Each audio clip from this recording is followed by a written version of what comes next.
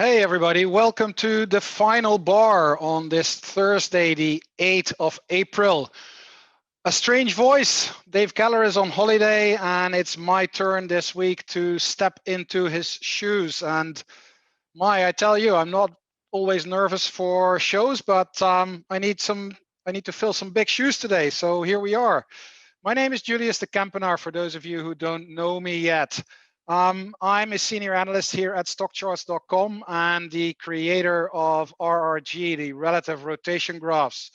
I host Sector Spotlight every Tuesday here on StockCharts TV. So if you haven't watched that show yet, then I invite you to tune in either on Tuesdays from 10:30 to 11 a.m. Eastern, or as usual, you can watch it back on the YouTube channel or on one of the on-demand channels. Those of you who have seen the show know that I'm very open to interaction and communication with my readers and my viewers. So if you've got anything to say, anything to share, please use any of the channels that you can reach me. My email is on every StockCharts blog and on my screens in Sector Spotlight. Or if you are on Twitter, Facebook, LinkedIn, the handle there is @RRG Research. Now, without further ado, let's start and have a look at what happened today. Now, I know that Dave and most of the commentators are using the the dashboard at StockCharts to look at markets. I do that too, but I want to actually move to our new platform, to ACP, because I feel that that is getting more and more traction. We're actually, the dev team is adding more and more pretty cool features to that platform, and I want to take this opportunity to bring that to your attention and look at what is happening. So I'm loading up. I've created actually a layout with 12 screens. That's the maximum that you can do.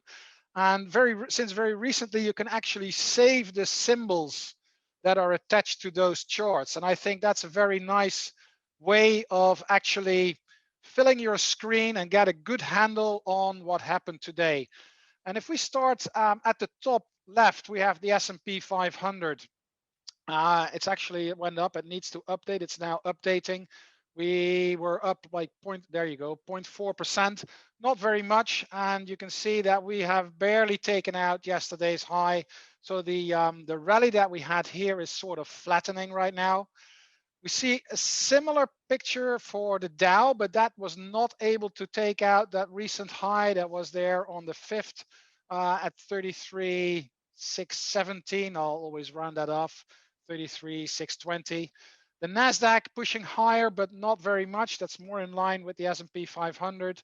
And the composite index more in line with the Dow, just slightly higher, not being able to take out yesterday's highs. On the second line, I've got the small and mid cap, and you can see that they are actually lagging the large caps. And for me, that's usually small and mid caps are leading in very strong markets. So the fact that large caps, so the large indexes, S&P 500, Dow, NASDAQ, are either very close to taking those highs or not, just very close. And the small and mid caps are clearly lagging that. And also, if you look at the daily performance, I'm not sure why this number is changing. So this is the real performance, 0.24, 0.07, so flat, so clearly lagging the larger markets. I take that as a point of caution. Our friends in Canada have actually been doing pretty well. They're continuing their uptrend. If you just look at the way these markets have been behaving, Canada is actually pretty strong. The VIX pushing to extremely low levels. That's a sign of, I don't know, people are sort of dabbling on. The moves are dabbling on. There's not a lot of volatility, not a lot of big moves, neither up or down. But you can also see that as a warning signal. I mean, I know that we've seen VIX at very low levels for a long time. But we've been coming down right now, and you got markets at turning points. So I'm keeping an eye on that. If it jumps, that is definitely a sign of uncertainty in the market. And with the small cap and the mid cap lagging, something that I want to keep an eye on. And then at the lower end here, I have treasury bonds. So that's pretty much the yield curve that you see there. That's the 20-year treasury bonds, 10-year and 1 to 3 year. You can see that they all went up, but the longer end went up a lot more than the shorter end. So today the curve is flattening a little bit. The longer term picture is for a curve that's much more steepening, and that seems to have come to a rest for today. Now, if I switch to the second set of charts that I want to share with you, that is the chart for US sectors. Always interesting, and as a guy who presents Sector Spotlight, that's my bread and butter. I am talking about the straightforward charts here right now, because we're obviously, I mean, how could we not look at RRGs a little bit later on? But for now, we want to look at the charts that represent the 11 sectors in the US. And as you can see, I've got this layout here, and that is with daily charts. So communication services, taking out new highs, that's continuing its uptrend. You can see all of them. What I like to do when I do, and for me, this is slightly out of my comfort zone, talking in a daily show and wrapping up the market. So looking at a daily chart, if you wrap up just the day, for me, that's something that is too long term than in this case. So what I can do here is change the layout of this screen, or keep the same symbols, but switch it to, let's say, an hourly chart. And then we can really see what happened today in the markets. And we'll be sure to look at sector charts later on at a much more longer term perspective. But you can see here the performance of the various sectors. Communication services, slightly up. Discretionary, slightly up, not being able to take out that previous high. Communication services not being able to take out that high. Staples lagging a little bit. We have energy, which continues to be bothersome. That was a very, very strong sector for a long time, but now you can see that we're actually rolling over in terms of price. And then financials holding up pretty well. They're pushing against that 35 area, just below 35 is a bit of resistance on this hourly chart. That's holding up pretty well. Healthcare, that high was already last week, 29th of March, week before actually. So that's lagging, not keeping up with the market. Industrials holding up there, not very strong. We got materials, not very strong. And we got real estate, relatively okay. And then we got technology stealing the show again. So in the near term, technology is actually picking up and catching up with the S&P 500. And I think sort of making up a little bit of the relative loss, the weakness in relative strength that we have seen for technology in the last few weeks. I am not sure whether this is a temporary thing or a new turnaround. We'll have a look at that later on. And then we have utilities, which are kind of stable here. Now, if I go back to the members dashboard and take a few of the tools that we have there to look at things, then we can also look at the commodity markets. Gold up 1%. The metals doing pretty good. And we actually have corn going up 2.5%. What I want to show, what I use a lot on this chart as a starting point for analysis is the market movers.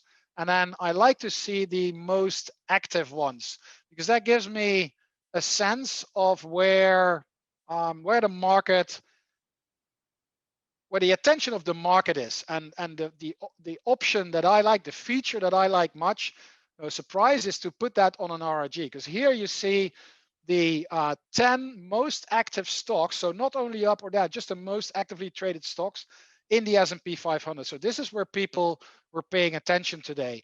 And I can actually throw these at an RRG immediately from that screen. And that gives you this image. And I'm going to come back to this image later on when I'm going to do my 3 and 3, because I'm going to build a little bit on what Dave Keller is doing with you guys every day. And I know that 3 and 3 is a fixed segment, so I want to honor that segment and honor Dave, and I'm going to do my 3 and 3, and I'm going to pick them from this RRG. We have to go to a quick commercial break. After that, we'll be looking at markets on RRG. I'm going to talk you through a few of the setups that I'm using a lot on the StockCharts site with fixed universes on RRG. And also because Dave is doing a lot of work on breadth, I'm going to talk you through how I use and how you can use RRG for breadth analysis. But before that, we're going to have a quick break and we'll be back after that. And here we are again. Thanks for sticking around. So the next segment I'm going to use to talk you through a number of the fixed universes for RRG that we have available on stockcharts.com, and how I show you how I use them and what they actually mean and why they are there for. So this one was produced from the dashboard, from the market movers widget, and it shows you the 10 most active stocks.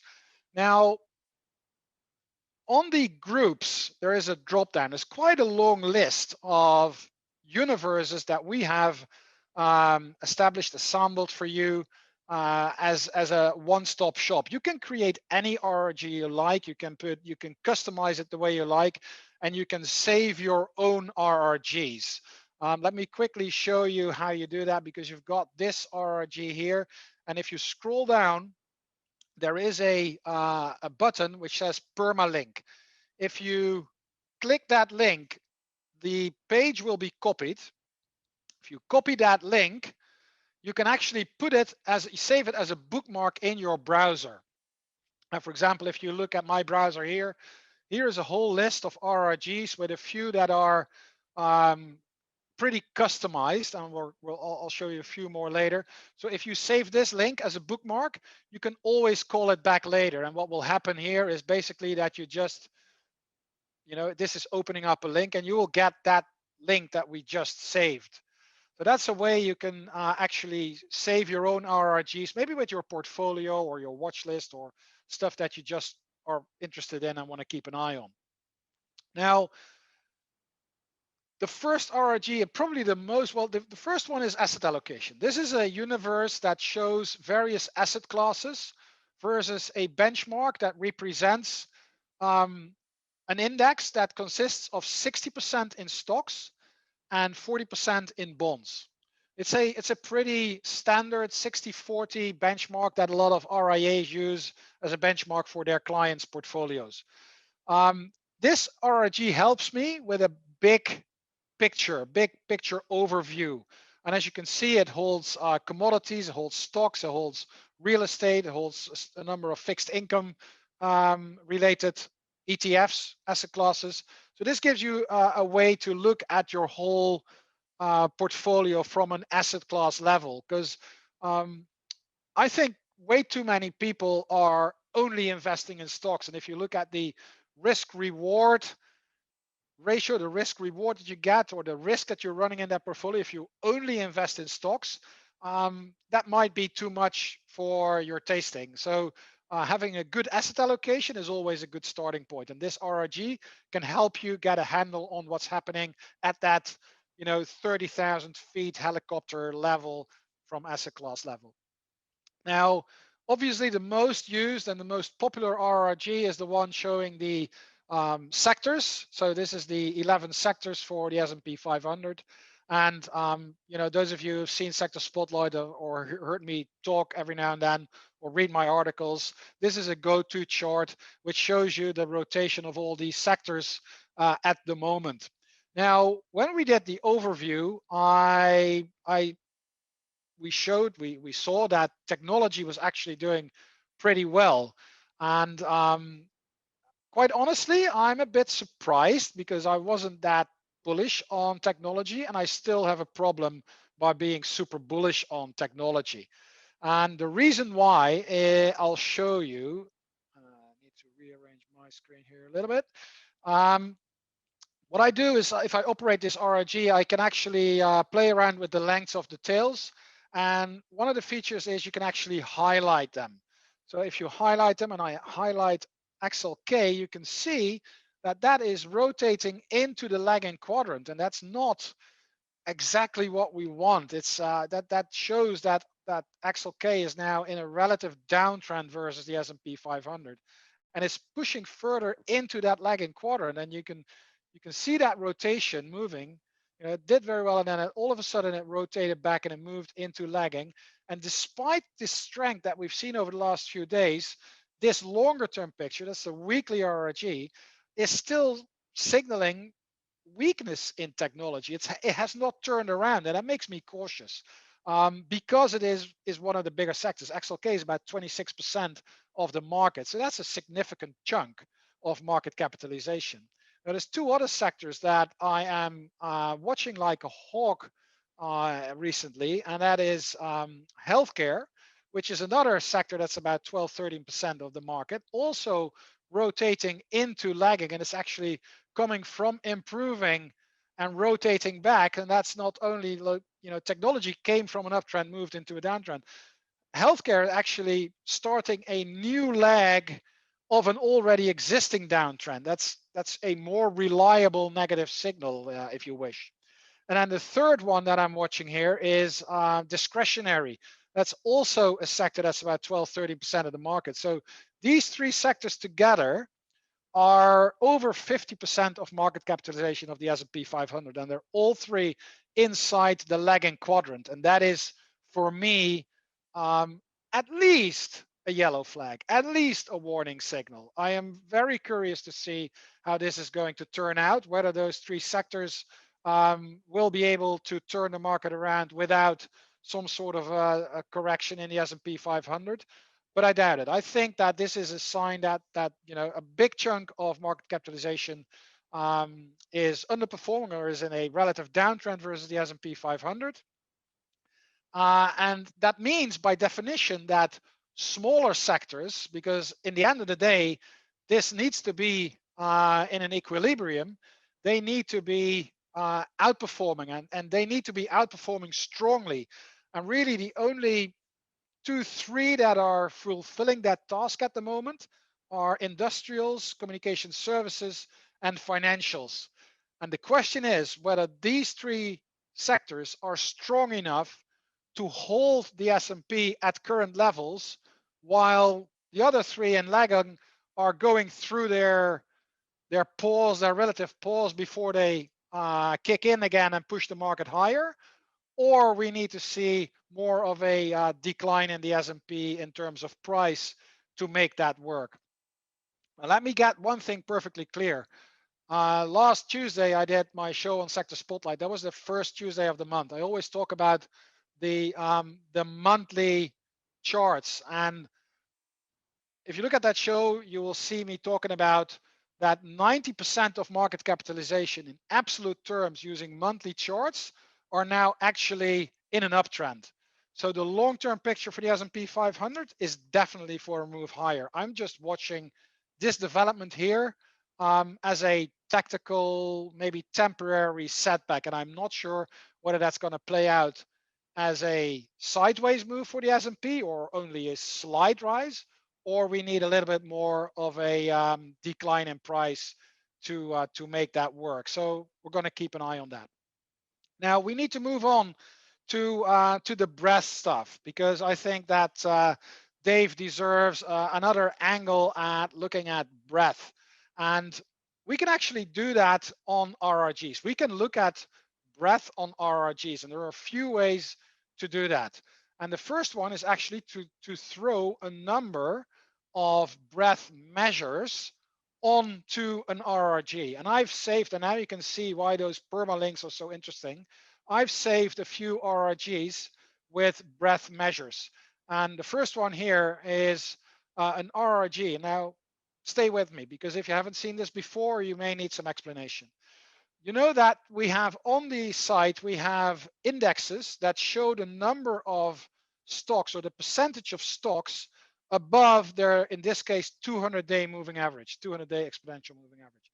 So each ticker, each symbol here shows you the number of stocks, the percentage of stocks above their 200-day moving average. The benchmark here is the number of stocks above their 200-day moving average for the total S&P. And now you can see the breakdown of that universe, but now we're using breadth measures. And let's highlight a few of those tails.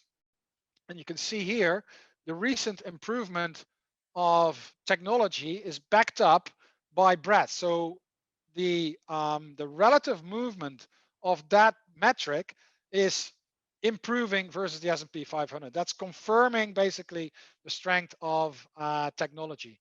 Let's see what happens if I set this on a weekly scale, so it's a little bit longer term.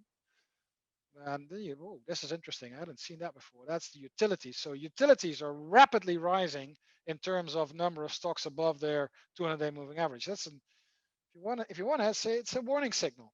And here you got technology. That's interesting. So here's the long-term picture. So the relative move of number of stocks above their 200-day moving average versus the S&P 500 is actually declining for technology.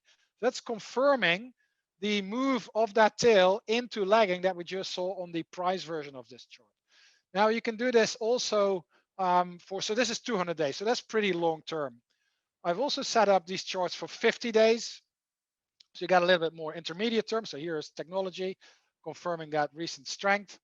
And if we do that on a weekly, you can play around with it. If you want these URLs, just drop me an email. I'll be happy to share them with you. Can make a file of it. I'll work something out. If you send me an email that you are interested in it and there's enough people, we'll get a file, a zip file or whatever that you can actually load up these RRGs for yourself and on your own system. So that's one way of looking at breadth and basically confirming what you see on breadth on an RRG. Now, the other way that I use RRG to get a gauge on breadth is actually load one of the RRGs that hold the individual members of a universe. So for example, for communication services, this RRG holds all members of the communication services sector. And by definition, this has now the communication services sector as the benchmark. How can you turn this into a sort of breadth approach? That's using $1 as the benchmark. Because what this does is it puts everything versus absolute terms in price. And instead of an evenly spread out chart, as we saw when we had XLC as the benchmark, you can now see that this sector is clearly shifted and biased to the right, which is positive. So this confirms the strength, the current strength of the communication services sector. If we would move to, and let's have a look at technology, because that's where my pain point, my concern is. So here is technology straightforward the way we want it. That is evenly spread out. Now let's see what happens if we move this to $1. And now I mean, I hope you see the same as what I see. This is not biased to the right. As a matter of fact, there is a ton of tails that are a negative heading. So this is not a sector that I would expect to steam ahead in terms of relative strength. So if you take a universe, if you take one of the groups, if you take anything you like, and you put $1 as the benchmark, you can use this RRG to eyeball, to gauge actually a breadth measure in terms of individual stocks moving against that benchmark. We need to go to our 3 in 3. And I promised you to work from this RRG chart here, and I'm going to quickly move my screen around like I like to do always. And the 3 charts that I want to do is one is CCL. That is one of the most active stocks on the screen right now. And let me quickly load up CCL here. And what I like about this, oh, why is that? Come on, didn't want that. CCL. That's good for my 3 and 3 for my minutes. So here's the chart that I wanted to show you. CCL breaking out of that base. That is a bullish thing. But what's more importantly, you can see that the tail here is confirming a sort of base in relative strength, and the RRG is picking up that uptrend, and we're actually starting a new leg higher. What is the upside? Where is my risk? That's probably around 36.40, where that overhead resistance is coming in. But I think that that is actually a pretty interesting stock to watch because of that base that's building. Norwegian Cruise Lines is one of these charts as well. You can see the one here having that same tail movement. The other one here that's interesting is not AL, is Apple, because it's moving into the lagging quadrant. That's confirming my weakness on the RRG, and we had some strength in Apple, but if I look at this chart here, I'm not I'm not a happy camper, especially not because this relative strength has stopped, and you see that the RRG lines are picking up a new downtrend, and this hiccup here, not yet strong enough to my taste to actually become very, very bullish on Apple again, nor on the sector as a whole. And the last one in my 3 and 3 is actually, it's not on this chart, but I saw it passing by, and that's Google, because Google it was in a decision mode here when it was in that sideways move, and it's now decisively breaking higher. And Google is not a tech stock, it's in the communication services stock. Communication services sector, and that is confirming exactly what my XLC is doing on the RRG, moving further into the leading quadrant. Now, when Google, which is a big chunk of the communication services sector, is breaking out to new highs and breaking away from this consolidation pattern, I think that's good news for the communication services sector as a whole. So that was my 3 in 3. I have a little bit of time left to wrap it up. So what can I say? It was a pleasure doing this and filling in for Dave. If you like Dave better than me, just keep checking into the final bar every day. If you like me as well, please consider checking into Sector Spotlight. That show airs every Tuesday from 10:30 to 11 a.m. So the offer of communication still stands. I'm happy to take any of your emails or communication via any of the other channels. And for now, I hope that you can actually stay safe and healthy. And I hope to see you back online, either here, Sector Spotlight, one of the blogs, or through email or Twitter or Facebook or LinkedIn. Thanks for watching, and I hope to see you again soon. Hey, Grayson Rose here with StockCharts. Thank you so much for watching. I hope you enjoyed that video. If you did, consider giving it a like down below, maybe leave us a comment, and if you're new to the channel, you can subscribe at the link up above. We're gonna bring you daily content from an incredible collection of technical analysts and financial experts.